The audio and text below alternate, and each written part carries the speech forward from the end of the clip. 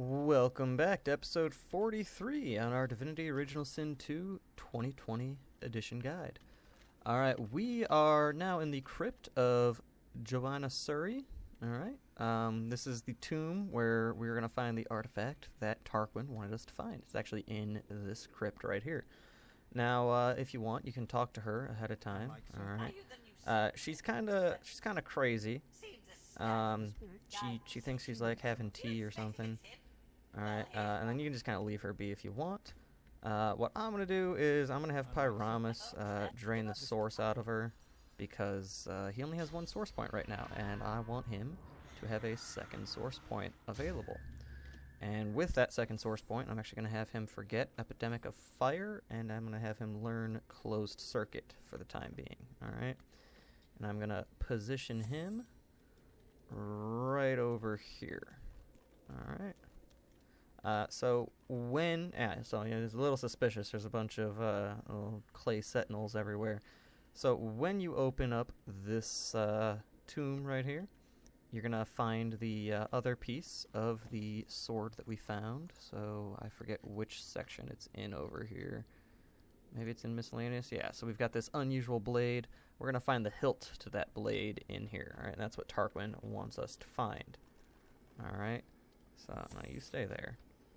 So we're going to have Mumbo put some water underneath all these guys. Going to kind of prep the battlefield. And if you notice... Oh, you can't notice right now, actually. So the two higher up clay sentinels here are going to actually be the only ones with armor that we're going to have to worry about. The rest of these guys, I'm fairly certain they spawn with no armor. Alright. Yeah, that'll be it for the prep. Just the one side. I guess we could use rain at the beginning of combat, put it over here. Anyway, I don't know what the strength requirement is to open this, so we're just going to use rest to double check. There we go, unusual artifact. It's the hilt of that blade. When you grab that, we level up, which is kind of nice. Now, if you have the Mystic and Scholar tag, like Mumbo does, you can talk to the blade, which is, fun little flavor there. And then we're going to make it rain over here. Now, these guys don't instantly come alive. And actually, if you were to waypoint out of here, they don't come alive. But if you try to come back out and go up that ladder there, that's when they come up. Alright? Now, we leveled up there, and we're at level 13 now, so I'm going to level up my guys real quick. Okay? At this point, you guys know the drill, so I'm going to do this off-screen. Alright, so the one part of the leveling up process that I'm going to show you guys is what talents I pick, because you only get 5 of them throughout leveling up through in the whole game. So we're going to show you what we got for level 13. So with Red Prince, unfortunately I have to get back Executioner, alright, because he still has Pet Pal. So pretty shortly after this, we are going to go back to the boat and respec Red Prince, get rid of Pet Pal. And when we do that, I'm not entirely sure what we're going to get him. Probably Hothead, because Hothead gives him an extra 10% critical chance and 10% accuracy, but I mainly get it for the critical chance. When he's at full health. Alright, so his crit chance is 24. That'll bump us up to 34. Alright, and then we're going to be bumping it up even higher in the next couple of levels here. So if you're not on Lone Wolf and you got 4 people, you're probably not going to max out your crit rate, get it to 100%. So when you get a party of 4, honestly, by the time you hit Act 4, I just shoot for over 50% crit rate on most of my guys. Not so much on rogues because, they get backstabs, they automatically crit. But most other characters, I try to get their crit chance up to about 50% by the time they get to Act 4. And right now, halfway through Act 2, 24 is fine. Alright, meanwhile, Beast, he's got 1% because he automatically gets criticals, so it doesn't really matter. Now, with Beast, I am going to get Glass Cannon on him. Alright, so Glass Cannon, for those of you that don't know, they're going to start their turn with maximum AP, but their magic and physical armor are not going to protect them from status effects. So what that means is his physical and magical armor now are essentially just additions onto his health bar. They don't actually prevent status effects from going through. So what we're going to do about that is whenever Beast ends his turn now, we're probably going to have him use Chameleon Cloak, and then on his following turn, we're probably going to have him delay his turn so that he can go back-to-back. And he's going to have 6 action points instead of 4 now at the beginning of every single turn. Alright, so he's going to be able to do a lot more throughout combat as long as we keep him from getting crowd-controlled. Okay? Pyramus over here now. Alright, he has Savage Sortilege, so he can crit with his spells. So we're going to get him Hothead so that he has a better chance to crit. Now his crit chance is 12%, which isn't a lot by any means, but it's a lot better than 2%. Alright, and now we're going to start focusing on getting wits in our gear and getting some crit chance in our gear. Okay? And then same thing with Mumbo.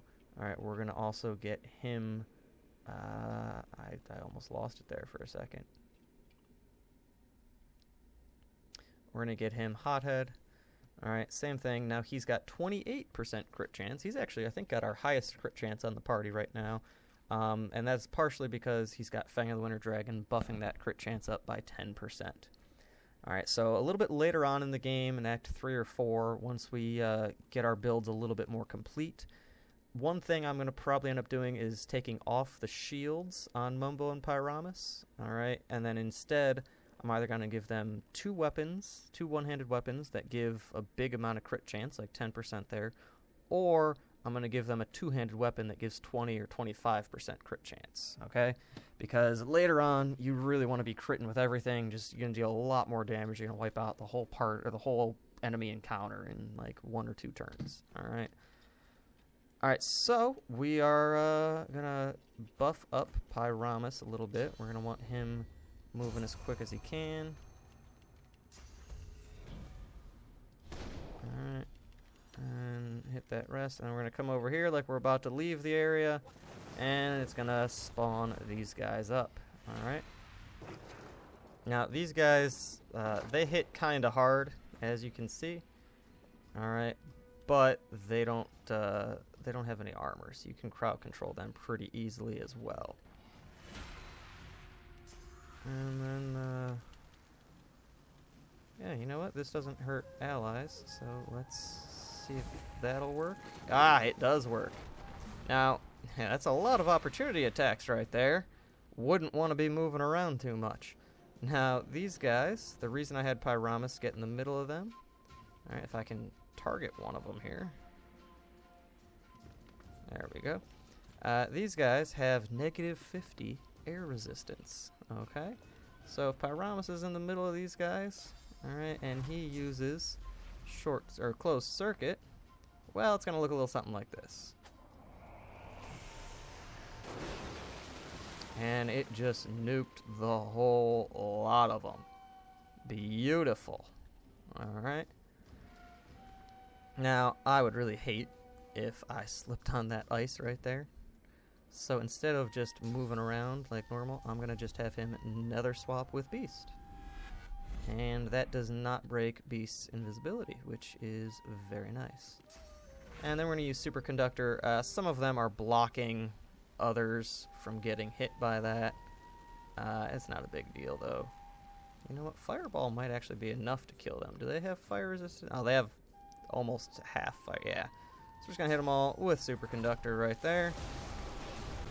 And that's going to take out most of them. Some of them were blocked, so it didn't get all of them.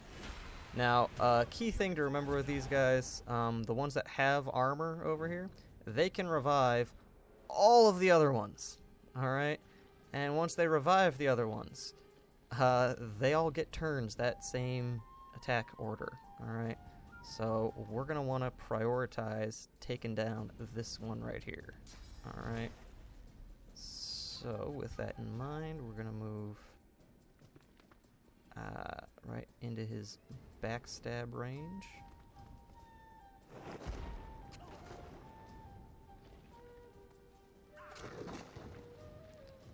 Alright, now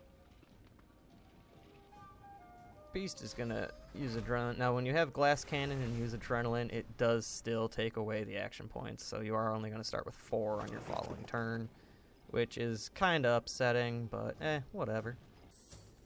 Alright, and with them taken care of, you can go ahead and loot them. They're not going to have a whole lot on them.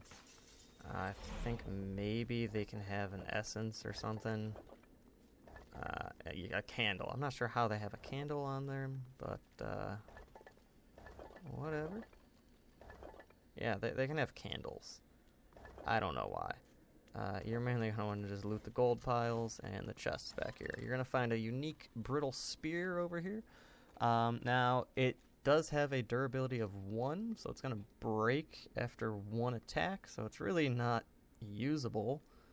But it's got more damage than a normal spear at that level, so that's interesting. It's pretty much useless. You're gonna want to just sell that off. And however, if you find a silver cup over there, all right, or silver glass, don't sell any of your silver. All right, silver is gonna come in handy later on. Okay, there's a quest that you need some silver for, and it's sometime a little bit buggy, and you can lose equipment. Not gear equipment. You can lose inventory with some silver stuff. So you're going to want to have excess silver for that quest coming up soon. Now from that tomb, you're going to want to head up north again, and you're going to want to find Tarquin.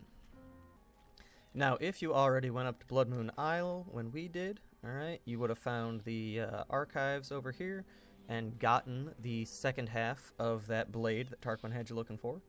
If you didn't do that, that's fine. You know, you're doing things in order if you didn't. And when you talk to Tarquin, you can actually finish both parts of this quest. You're going to show him the object you found, one your way through a little bit. Alright, let him know that's definitely the only thing that was in that tomb. He's going to be like, oh, there must be another part. And that other part is the thing we found in Blood Moon Island. Alright.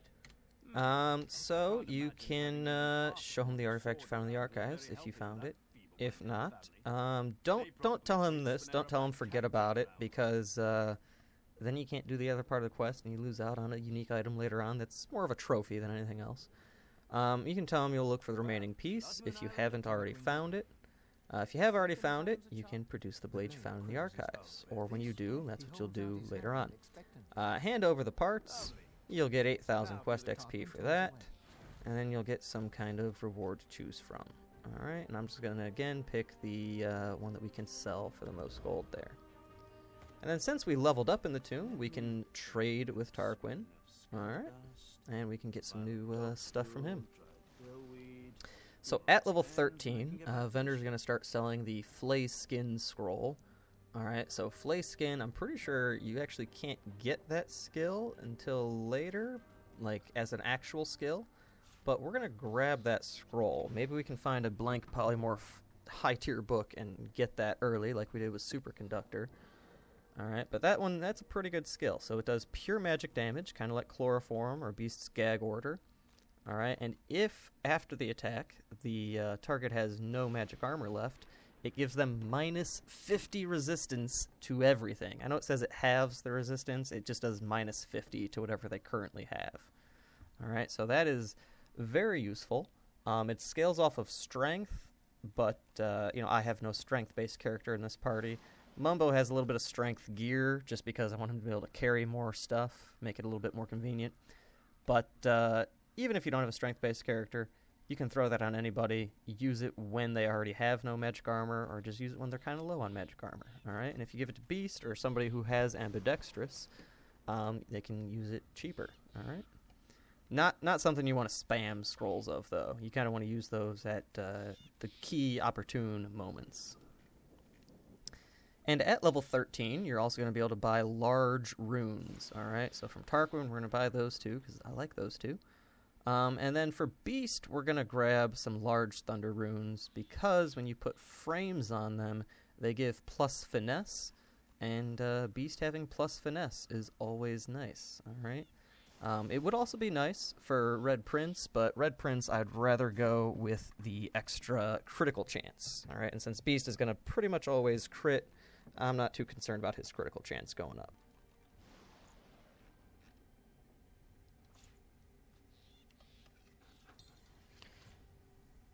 Alright, a new craft that I'm going to teach you guys is how to make the Curse Scroll, okay?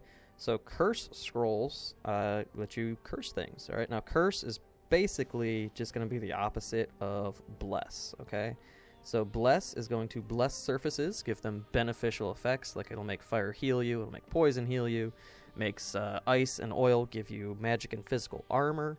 Alright, does a whole bunch of beneficial effects. When you hit targets with it, gives you extra resistance if you hit a character directly with it. Bunch of stuff. Curse does the opposite. If it hits a surface, that surface is going to have an extra negative effect associated with it. So if you curse water, it'll set decay, so that healing spells are going to do damage instead. If you put it on poison or fire, it's going to deal extra damage and extra damage resistance and stuff like that. I think the cursed poison is technically acid, or it puts the acid effect on you, and that's going to decrease your physical armor every turn, and then walking through it's going to decrease your magic armor. So cursing poison is actually great for a mixed damage party. Oil, if you curse oil, it has a chance to spontaneously blow up when you walk over it.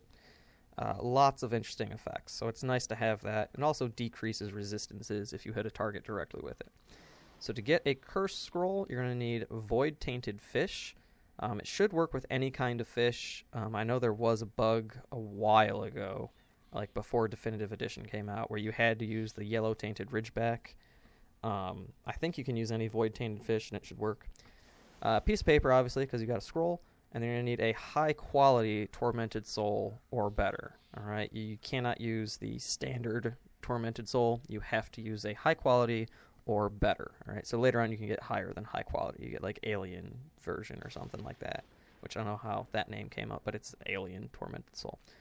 So you just combine those, you get Curse Scroll. I don't think we went over this, but if you have a jar of honey or any honey source, you can combine that with a standard arrowhead and get Charming Arrowheads. Alright? And Charming Arrowheads, it sets Charm on an enemy for 1 turn. It doesn't deal any damage, so they need to already have no magic armor. But you charm them, and then they fight for you for a turn. And then Freezing Arrowheads, you can combine a plain old arrow with a water essence. And then you'll get a Freezing Arrowhead, which is nice. And then a quick note, guys, even if you know the recipes to craft small runes, I would highly advise not making small runes from scratch, okay? Go to a vendor. Tarquin, easy vendor, he restocks runes every time you level up and every hour of gameplay. Buy your runes, and then combine the ones that you already have. Okay, if you craft them from scratch, I mean, you need 2 small ones to make a medium, then you need 4 small ones to make a large, so you're going to need 8 small ones to make a giant, and then you're going to need an extra bag of pixie dust for each of those runes and each of those combinations. You're going to spend a lot of money on pixie dust and bone dust and stardust. It's a lot more money to craft them from scratch.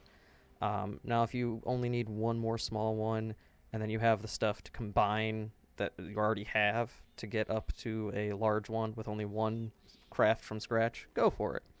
But generally speaking, it's a lot more investment to make them from scratch like this. Okay, so I would advise not ever crafting them from scratch. Just make your bone dust and stardust to get pixie dust, and then use the pixie dust to combine your existing runes that you find or have used at a lower level. So I'm going to use my teleporter pyramids to go back over to the elf camp, and from the elf camp we're going to head towards that lone wolf encampment. Alright.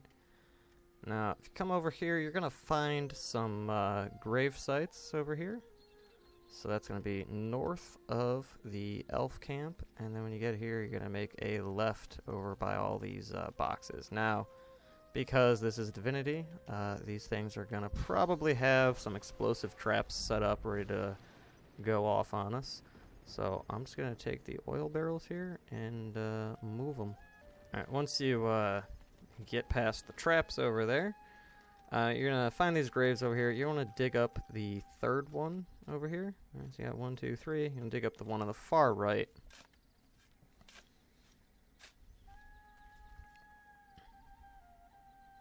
Alright, you're going to find a Sawmill Foreman body. Alright, cool. Get some of his stuff. Then you're going to use Spirit Vision.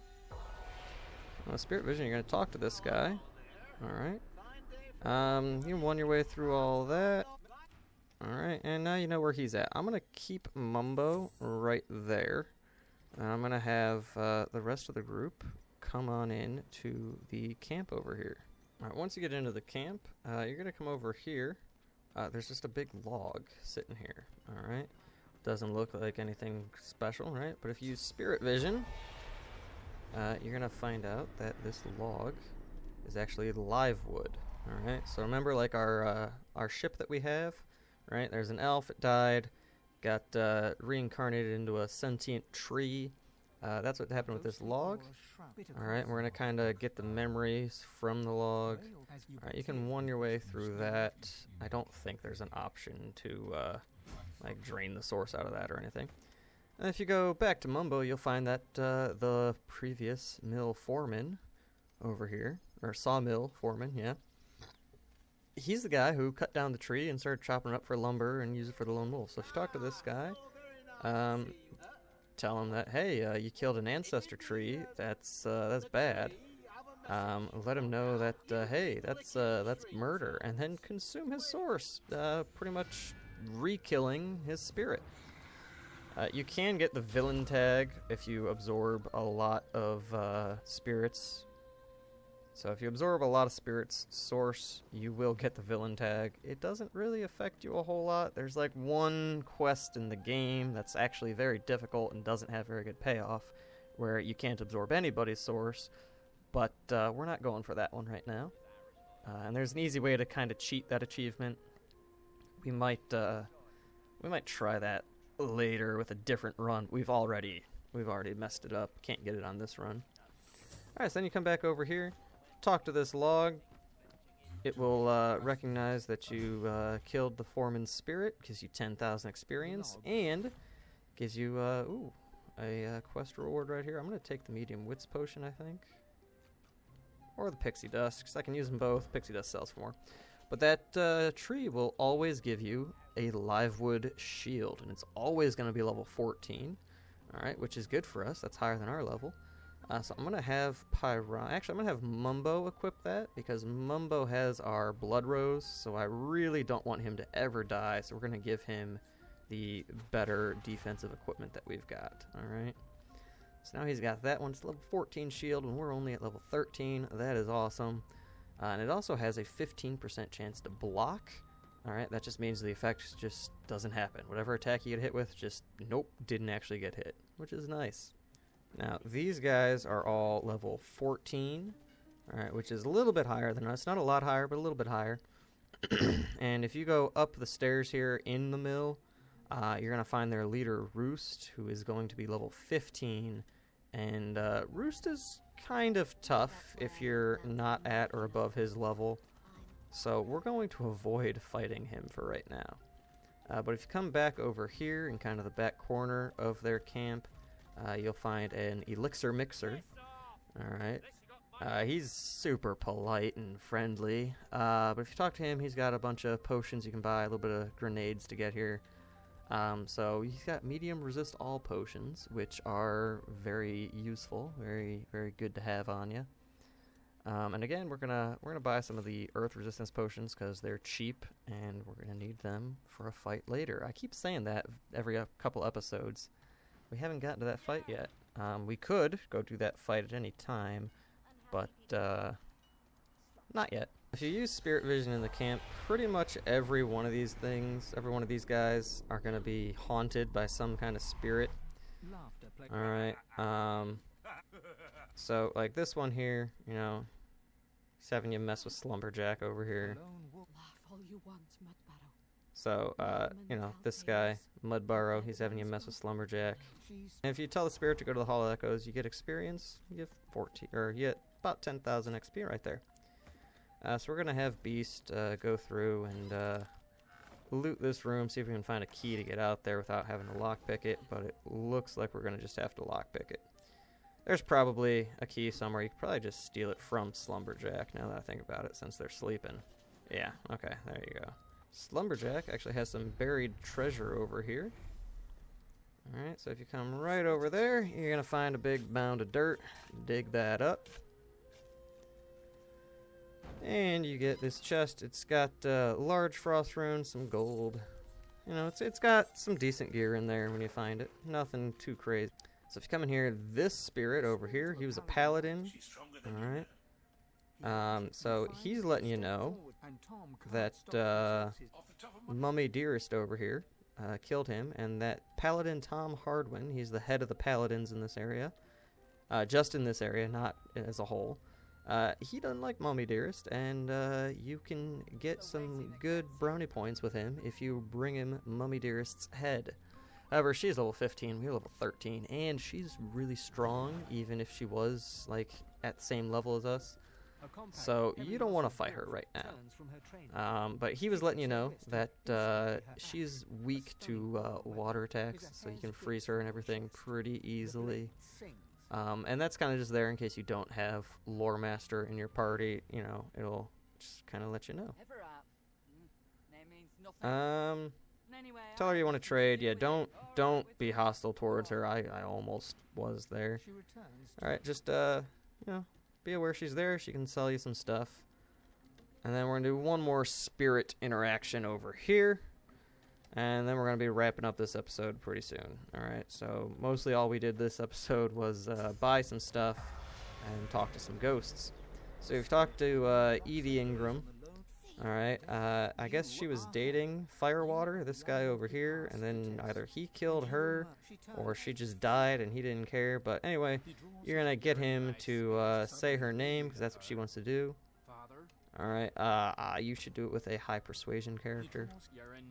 Alright, just do that once he says her name. There you go. Finish that up, talk to the spirit again. Let her take her leave, and then you get 10,000 experience for helping out that spirit. So we helped out the log spirit, we helped out the spirit over by Slumberjack, and we helped out this guy's dead ex-girlfriend's spirit. The rest of them here kind of just want you to kill the lone wolves that they're standing by. Alright, so that's going to be this one, and then there's one over here for that lizard. Alright, the only guy who doesn't have a spirit next to him is going to be this guy here, and you can kind of talk to him about that. Yeah, he doesn't really know what you're talking about because he can't see the spirits, you know. He'll just be like, oh no, I'm a brutal killer just like these guys. What are you talking about? He's not. He's not. So we're going to come over here and we're going to trade a little bit with Fletcher Corbin Day. Maybe he's got some good archery stuff for us now that we leveled up. Alright, so mainly we were looking for any really good epic tier, legendary tier bows, or any epic or legendary tier armor. He didn't really have a whole lot. Alright, so next episode, we are going to head over to Gareth, I guess, here, technically. But we're going to head over to the Black Pits over here. That's where Riker, the guy in the graveyard, that's where he wants us to go to get an artifact for him. Alright, so we're going to head over that way next episode. Alright, and we're going to see how far we can get into the Black Pits. We're probably not going to finish everything up there, but in between this episode and that one, since we leveled up, I'm going to go around, do some shopping, buy some stuff, sell some stuff, see if we can get some extra gold out of it. Alright, I will see you guys next time.